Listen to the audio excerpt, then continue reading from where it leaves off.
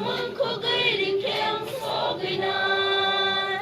dê pro mong khô gây đình khem so gây nai dê pro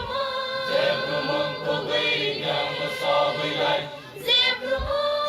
pro mong khô gây đình khem